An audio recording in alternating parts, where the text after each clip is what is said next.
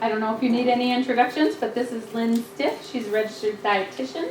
She's with CHN for a few more weeks before she goes to medical school. So we're excited for her. And this is about fuel your fitness, eating the right foods for a workout. So, Lynn? So I first wanted to start off by seeing what activities everyone was doing. You want to just kind of go around and see, so what you're hoping, information from this you're hoping is going to improve if you're a runner or a walker or a biker. So if you want to start and go around. Well, I'm just a walker, and I have German short hair, and I walk with him, at least 3 to 4 miles a day. And he's a senior dog, and I've had him for 8 years. My dog is being a walker, which is does good. And but I just want to, I do kind of, I love a lot of my favorite bad foods, like ice cream, potato chips, and I know when I'm eating them bad. Butter pecan ice cream is my favorite, and so I'm trying to want to find substitutes of the really wonderful foods I love. I'm looking for fuel for running. I just want to hear you speak. Okay. Biking, walking, but truly the elderly type, slower. Not So the not speed racing, but not just doing racing, it yeah. for fun. Okay. For fun, yeah. Walking. Did you do competitive? And what's has been like competitive walking? Like, do you do races or do you just kind of walk for fun? Just, I do relays and things. Okay. For fun. Okay. I work out at the center and then just for cycling and walking. Okay. All right. I wasn't sure with the PowerPoint if it should be geared towards racers or not, so it's kind of just, it's a little more general. So I'll try to tweak it a little so it meets everyone's needs. I'm looking for a way to keep up to my 20-year-old daughter, which is getting increasingly difficult. So. And you run, direct run? We and do, walk? yeah, we run, walk, bike, whatever. Okay. Can someone push the PowerPoint? Just push enter. All right, so today we're going to go over just a brief overview of exercise with stretching and safety and being realistic about your goals. And then nutrition, we'll talk a little bit just about understanding metabolism and knowing the basics so you can understand why food is so important with exercising. And then we'll go through adequate hydration and a general healthy diet. Okay, so for the first one, exercise stretching. So Melissa was possibly going to come, so she might still show up the athletic trainer. So I'm not a professional in stretching, but I can just give you what I found on. Is there a restart later, too? It's not highlighting it. I don't think I guess we can, in 14 minutes, we'll see what happens. Okay. Okay. So with stretching, though, from what I found on some reliable resources on the internet and what I know, if you can just pull it down, pull the screen Drag down. Oh, The- right. no, the little window. The little window, okay. Yeah. Oh boy, it doesn't want to, okay. There. Okay. So, and just from personal experience from doing sports, I guess I didn't say I'm a long distance runner, so I've been doing long distance for 3 years now, and then I would just do softball, tennis, kind of various sports before that. But for stretching, so you don't want to stretch cold muscles. Sometimes when you first get out there in the morning, you think you should stretch before you start running, but that can actually cause injury because your muscles are tight and they aren't ready for you to be pulling them in different directions. So you want to warm up for at least 5 minutes before you start doing any kind of stretches. That could just be a little walking, kind of jogging around lightly just to kind of warm the muscles up. So you want to do dynamic stretches before, which are like high knees or things where you're moving around to stretch, and mainly because you don't want to be stretching cold muscles. So you really just want to get your blood flowing to those muscles so that they're ready for your exercise. And then after your exercise, you want to do static stretches. So these are the ones that we always think of where you touch your toes or stretch your hip flexor, different kinds of where you're actually holding a pose for 30 to 60 seconds. And they say optimal stretching is 60 to 90 seconds per stretch, which most people kind of do 10 seconds and move on to the next one. So trying to get it so you're going at least 30 seconds and optimally a minute for each stretch. It's really going to help work any lactic acid that's built up in the muscles out. And there's a resource I found, so the website's on the handout, but this, the stretchinghandbook.com, they have 130 photos and 44 videos for different stretches grouped by activity, or if a part of your body is bothering you, you can find the injury on the list and it'll give you some stretches that will help with that. So this might be something to check out, so that you have an idea of after you're done biking or going for a walk, which stretches you should do, since every exercise uses different muscle groups. Is it better to stretch after you walk? Or you don't do any stretches before the walk? If you were only gonna stretch once, it would be better to stretch after. Ideally, before you could do a little, if you're gonna run, maybe go for a little bit of a walk and do high knees and things. If you're walking before, maybe do a little bursts of jogs to warm the muscles up. But it's best to do this moving dynamic stretches before. So, like high knees is the most one everyone thinks of, where you jump up and down and try to touch your knees, or do jumping jacks. Butt kicks, where you are kind of running and kicking your butt. It stretches out different muscles. So by doing those before, it's going to help prevent injury during. And then afterwards, you would do them stretches where you hold them for a while. Oh, then longer stretches. Yeah.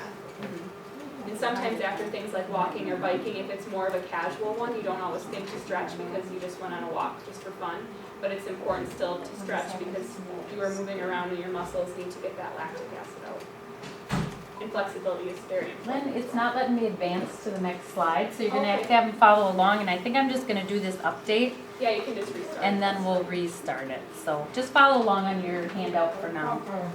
Alright, so then the next page, or the back of the front page, yours are all two-sided. So if you wanna flip it, it's on the other side. So safety. Before starting an exercise plan, or maybe you just started one a few weeks ago with the challenge, you wanna make sure that you check with your primary care provider before you get started. Some people might have a medical condition that, they shouldn't be doing certain exercises because it could worsen it. Your physician or nurse practitioner or PA could probably tell you also if there's a heart rate zone they think that you should stay within, based on your medical history. Start small. So with running, we always say not to increase more than 10% a week. And so if you want to do a 5K, but right now you can only walk 1 mile, you shouldn't just go out and walk 3 miles the next day, but start in small increments and slowly increase how long you're walking for. And it's really the time is the biggest thing. So if you normally would walk for 20 minutes, don't just jump up to 30 minutes right away. If you're pretty physically fit and you could do that, it might be different. But in general, just try to do small increases each time before you get up to your goal. And then also you could consider meeting with a physical therapist, a personal trainer, or athletic trainer to make sure you're doing the right technique for, if you're biking, there are bike shops that will check how your bike is set up so you're sure it's set up correctly. Walking, they can check to make sure you're using the right shoe so your stride is correct. And then with stretching or doing any other activities, a physical therapist could make sure you're doing the right technique so you don't end up getting injured. Because usually the wrong technique, you won't notice it right away that things aren't going right, but then you'll have this nagging injury that'll come on slowly because, you can just log into yours because my flash drive is in there. Okay. Yeah. So, so you might not notice you're doing it incorrectly at first, which is why it's important to have somebody kind of just check your form and make sure it's correct. I keep thinking there's a PowerPoint up there, sorry. Alright, There will be soon. Yes. The next one is about setting goals and being realistic. So SMART goals, and that's an acronym for specific, measurable, attainable, realistic, and timely. And so this is a phrase we use for when you're setting goals. I'll see people who will tell me that they want to start walking more, and that's their goal. But that's not very specific. They don't have a time frame set for when they want to do this by or how long they want to be walking. So you want to be as specific as possible. So an example I put in here was to walk 30 minutes 5 days per week for the next 2 weeks. So you know exactly what you're doing, for how long, knowing your physical fitness level, that's a realistic goal for you, and you have an end point. And when you have that end point, you can reflect back and see if that was were you able to attain that goal? Do you need to adjust it? So if you're doing long-term, yep, it's in there. Is it the Kingston? Yeah, and then it's the food for fuel one. So if you have a long-term goal, like Kathy's gonna run a half marathon on Labor Day, and so that's kind of far out. So you want to set some short-term goals along the way to get you there, so you know you're staying on track and you're on your way. So Kathy has a training plan that she's following. So by looking at that each week, she's reflecting to make sure she's staying on top of her goals. So then the next one's nutrition. So understanding metabolism. So our bodies, our muscles, and every cell in our body uses carbohydrates for fuel. So first it goes towards, if you ate something, it's going to use whatever carbohydrates are circulating in your bloodstream right then for energy. Once all of that's gone, or you're at your baseline blood glucose level, then your body goes to your glycogen stores. And glycogen is just a chain of carbohydrates. That's a storage form. So it's found in your muscles, and it holds water. So if you are training for something or doing a lot more physical activity, you might notice that your legs are getting a little bit bigger and you're gaining weight, and it doesn't make sense. And it's because you're building muscle, which is going to be holding more glycogen, which holds more water, and that's more weight. So it's important not to just look at the number on the scale, especially when you start a new training program. But so the glycogen is what our body goes to next to get energy forms. And once that's all gone, or we've used most of that, then we go to fat for storage for energy. And so our bodies can absorb, when we're eating, about 60 grams of carbohydrates in an hour, so about a gram every minute. And so there's a limit to how much we can actually absorb. So this PowerPoint will kind of go through, how much should you eat before, because if you overdo it, then it's just going to get stored as fat. You won't be able to use it for energy. And you want to make sure your heart rate is elevated for at least 30 minutes. And if you want to really get into that fat burning zone, people always talk about the different heart rate zones. And if you want to be burning fat for fuel, you have to be exercising for at least 30 minutes, because your heart rate has to be elevated for a long enough time to kind of go through these other stores of energy. Any questions about that? I'm kind of a person that gets up in the morning and exercises, and I really don't like to eat before. So how does that work if you don't have really, are you burning carbohydrates from the night before? Well, you'll still burn the glycogen stores. Your performance probably won't be as good as it would be if you had eaten something before, because your body's struggling to find where the energy is that it needs. And it might leave you feeling really famished afterwards, because it just depleted all these stores of energy and it wants more, so you might end up overeating at your next meal. But you will burn some fat as well, so it'll do glycogen and burn some fat as well. Okay. And then this next one is kind of on the same lines, the pre-workout meal. So ideally you would be able to eat an hour before you exercise in the morning. Some people get up, it sounds like you get up right away and just go. If you're doing that, they do, drinking some juice before, if you can tolerate that, is a really easy way to get some carbohydrates before you start. 4 ounces of juice is 15 grams of carbohydrate. So if you could drink an 8-ounce cup of juice before, that should give you enough to kind of get going through the workout. Otherwise, they do sell gels and different things at different fitness stores that you could try too that are easily digestible. So before your workout, the meal composition should be high in carbohydrates, because that's what your body will use for energy. It can have some protein. When you have mixed foods like carbohydrates and protein, it slows how quickly the carbohydrates are absorbed, so it makes them stay with you a little bit longer. So having just a little protein with it can help. And then you want it to be low in fat and fiber, because when you're exercising, you don't want that heavy feeling in your stomach, because your body's really trying to digest the fat and the fiber. You want your body to be focusing on giving your muscles energy to get through the workout. So the amount you have correlates with how close to your workout you're going to be eating. So if you're eating right about an hour before, you want to try to have 45 grams of carbohydrate. If it was directly before, like what you were saying, 30 grams or 8 ounces of juice would work just fine as well. So if you're leaving work and going right to the gym, and you could have a little bit of juice or something too right before to give you some energy. 2 hours before your workout, so maybe you're someone who's going to exercise mid-morning, and so you're going to eat a whole breakfast before, then you'll want to have 90 grams of carbohydrate. And 3 hours before your physical activity, you'd want to do about 120, it shouldn't have /kg, I'll get that out of there. But that would be a lot. So 120 grams of carbohydrate before you do your exercise. And so that would be more if you ate lunch and then, let's say you ate lunch at 1 and at 4 o'clock you went for a walk after work. So it's just saying your lunch should be higher in carbohydrates, about 120 grams. And then, so an example, an hour before a morning run, coffee is one of those things you can drink before. It can improve your athletic performance. They've done a lot of studies on it. So if your doctor says you're okay to drink coffee, then you could drink some coffee in the morning, which counts as fluid, and then have a slice of wheat toast with peanut butter and a large banana. So that would give your body enough carbohydrates and a little protein and some fluid to prepare you for your workout. So during your workout, if you're eating anything during your workout, so if you're exercising for more than an hour, then you really should be giving your body something.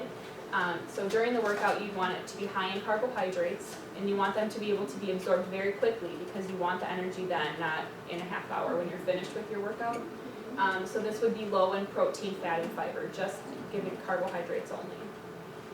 And so this is only needed if you're doing vigorous activity for an hour or longer. And we recommend about 60 grams of carbohydrate per hour. So, and it takes a little time to digest things. So if let's say you're going to work out for an hour and a half, at about 45 minutes, since you know you're working out for an hour and a half, at about 45 minutes you'd want to have something easy to digest. So again, some kind of juice, Gatorade, the gels that you can get at the fitness stores. Otherwise, some people can tolerate bananas and things like that too. So if you just stop and have something small at 45 minutes, it'll start to get digested by an hour. So that at that hour mark, you have some sugar in your system so your body can keep having energy to continue at the same intensity. You could do up to 60 grams of carbohydrates. It's kind of a lot, so I think 30 is probably okay unless you're an ultra marathoner or something. So 30 is probably fine. And if you're doing longer than 3 hours, then that's when you really want to start doing, 60 to 90 grams because your body needs to continually have carbohydrates to get through that long of a physical activity. I have a question. Mm-hmm. So if you keep giving it carbohydrates like you're saying, how do you ever get it into the fat burning? Well, when you're doing a long distance, like a marathon or half marathon, the goal really shouldn't be necessarily fat burning, but having the optimal athletic performance. Okay. And so even though your heart rate might not be in that fat burning, your heart rate might be in the fat burning zone, but you're going to be using carbohydrates to fuel your exercise so you can continue with it. In an hour, you probably burn 600 calories, but 30 grams of carbohydrates is only 120 calories. Okay. So you're still going to be burning more calories than what you're eating. Okay. You just need to give your body enough energy for the muscles to continue to function at the same level. And then it's going to allow you to exercise harder during your activity to burn more calories ultimately. Mm-hmm. So, and then after exercise, you still continue to, your heart rate's still up a little and your body is still repairing all of that muscle that was damaged during the exercise, that you're still burning more calories after as well. And let's see, so,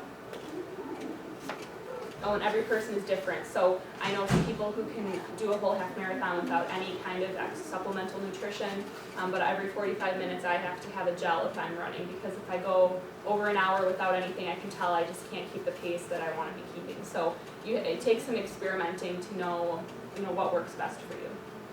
So it's important to do all this experimenting if you're going to be doing some kind of race, to do this during your training and not on race day, which people do.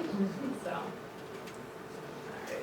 And then post-workout, so it's important to eat something after your workout to repair the muscle that was damaged, and then also those glycogen stores, the stores of carbohydrates you use during your exercise, your body is going to start filling those up immediately after your workout. So you want to make sure you give some carbohydrates and protein to help with storing the glycogen and repairing the muscle. So the first option is, let's say you're going to be eating a meal less than 2 hours after the activity. So at 4 o'clock you finish your workout, and then at 5 o'clock you're having dinner, or 6 o'clock you're having dinner. In that case, you just want to have a small snack because you're going to be eating a larger meal later. So just something with about 30 grams of carbohydrate and 10 to 15 grams of protein. And I have some coming up. We have some examples of these different foods so you know how much carbohydrate protein is in them. And then you want to make sure you have a larger meal after. So this initial 30 grams of carbs will help go to restore some of that glycogen you lost, and the protein will help rebuild the muscle that was damaged during the exercise. And then the second option, if you're going to be eating a meal with more than 2 hours, so you exercise right away in the morning and you're not going to be eating again till lunchtime, you want to make sure that after your exercise you have a moderate sized snack, a pretty large one, so 30 to 60 grams of carbohydrates and 15 to 25 grams of protein. So kind of double what the first one was. Because if you go too long without eating, your body won't be able to replenish that glycogen to the level that you want, and your muscle also you won't have all the nutrients it needs to restore the muscle. So it's going to hinder your performance if you're trying to improve your athletic ability. Any questions about the post meals? Alright, so the carbohydrate content of food, so some of this you could use as a reference. Most of these are about a serving to 2 servings of carbohydrates, and so you can just kind of get an idea of what you would be wanting. So a post-race meal could be, let's say you're going to be eating a meal later, so you're just having a snack. You could have some chocolate milk would be 30 grams, and that actually has protein in it too, so that's why they say 8 ounces of chocolate milk is the ideal recovery drink. It has carbohydrates and protein, so it's going to help with your recovery, and then it's right afterwards. Some people don't want to eat, and that's a little bit easier to drink. And the next slide has a resource with some protein content of foods. So usually a serving has 8 grams, so you'll see a lot of 8 grams on there. And then hydration. So hydration is more than just water. Sometimes we only think of water, but it's electrolytes too. Sodium and potassium are the most important electrolytes. So before you exercise, we kind of just focus on water. So you want to have water, or you could have any other fluid like juice or coffee or any kind of fluid. But you'll want to have 8 to 12 ounces before you start. Probably don't drink 8 ounces right before you start, you'll get a stomach ache. But with about a half hour before, try to drink 8 to 12 ounces. And then during your activity, every 15 minutes you want to be consuming 8 to 10 ounces. So, and this is in a situation if you're in the summer in Wisconsin. So if you're just doing a walk and you're not sweating very much, you don't have to be drinking this much. But if you're out in the sun biking and really sweating, every 15 minutes you should be having about 8 ounces of water, of some kind of fluid. And then after your exercise, they say 20 to 24 ounces of fluid per pound lost. So it's one thing you could do is weigh yourself before and weigh yourself after and see how much you lose. Otherwise, you could just you usually can tell when you're doing well with hydration because your urine will be a lighter yellow color versus golden. So, but about 20 to 24 ounces after is generally a good number to start at, and then you can adjust if you aren't able to weigh yourself before and after. And then there's just a note about overhydration. Some people will drink too much fluid and not replenish their electrolytes, and then you can also have signs of hyponatremia and kind of feeling dizzy and just not feeling well at all. And so that's when we want to make sure we're looking at sports drinks if those are an option. So just don't think you have to drink, if you're just going for a nice leisurely walk, don't think you have to drink that 8 ounces every 15 minutes or you might be getting a little too much water.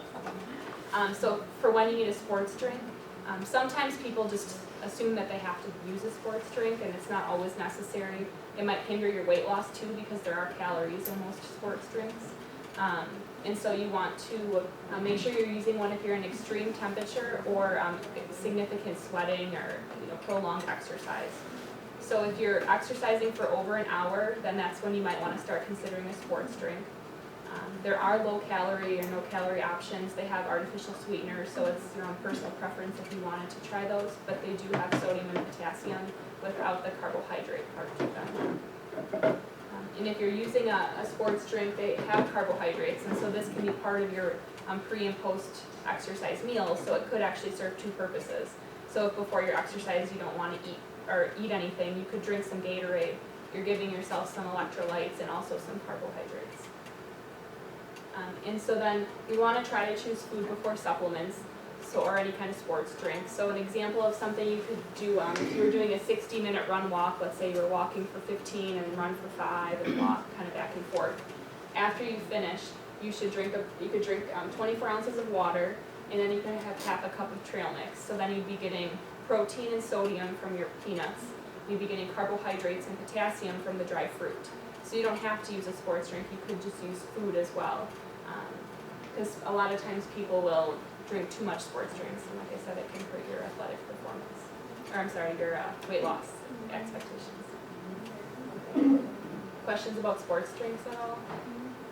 A lot of times kids think that they have to drink these when they play sports, and it's really not always necessary unless you're out in the sun doing 2-a-day practices for football and sweating like crazy. Then it's really necessary. But if it's just kind of playing volleyball for fun, it might not be a requirement. I know this is outside of exercise, but if a person's job is where it's really warm Mm-hmm. and during the summertime and stuff, and very strenuous work that they're Mhm. doing, should they be using like the, Yeah, like a exercise, Gatorade. the Gatorade sports Mhm. drinks, or replenish their Yeah. electrolytes instead of just plain water all day? Yeah, if they're just out in the sun and sweating a lot, but Yeah. let's say it's not a vigorous job, let's say they're just outside so they sweat a lot out there, then a lower calorie sports drink would be good because you want the sodium and potassium, but if you're not doing vigorous activity, you might not need those carbohydrates. But if you're out doing construction in the summer and you're really, you're out in the sun working really hard, then you really want to be having regular Gatorade because you're getting the carbohydrates you need to continue your exercise or your job, and then you're replenishing the electrolytes too. Some signs of dehydration, so chills, dizziness, really dark colored urine, headaches, dry mouth, thirst, muscle cramps, and weakness. And the muscle cramps is one that if you're getting Charlie horses, then you really need to be getting more electrolytes usually too. That's a big sign when you're not getting enough of those electrolytes. And then if there's any persistent uncontrolled fever, vomiting, diarrhea, altered mental status, or something that's just not going away, then you should seek medical attention. The simple signs of dehydration, if it's just for a little while, usually you don't have to go in, but if it's persistent, then you should definitely go see a physician.